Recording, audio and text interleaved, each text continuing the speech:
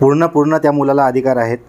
कारण कसं आहे, लिव्ह इन रिलेशन राहण्याचा जर आपण सर्वांगीण जर विचार केला तर राहण्याचा पर्पज काय आहे? कारण तो बोथ कन्सेंटनी राहतात आणि तिथं मुलगा मुलगी आहेत आणि त्यांचा जो उद्देश येतो तो आहे फिजिकल रिलेशनचाच बेसिकली. आणि ह्याचा विचार जर केला तर त्यातून निर्माण होणारा मुलगा हे अपत्य, त्यांचा अपत्य मानला जातो. आणि अपत्याला ज्या वारसा कायद्यानुसार आणि हिंदू मॅरेज ॲक्टनुसार जे अपत्याला अधिकार दिलेले आहेत, वारसांना अधिकार दिलेले आहेत, ते सर्व अधिकार त्या मुलाला लागू होतात. आणि हिंदू मॅरेज कायद्यामध्ये असेल, स्पेशल मॅरेज ॲक्टमध्ये जर असेल, जर एखादं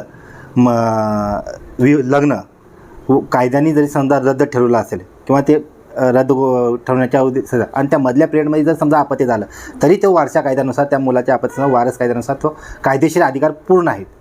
हां, आणि कुठल्याही बेकायदेशीर लग्न घोषित केल्यानंतर सुद्धा त्या जोडप्याकडनं जर एखादे मूल झालं तरी त्याला वारस कायद्याचे अधिकार पूर्ण आहेत. त्या मुलावरती कुठेच काही नाही, कारण त्याचा कुठलाही गुन्हा नाही आहे आणि तो जन्माला येतो आहे तो कोणाला हे करत नाही, ते नैसर्गिक देण आहे.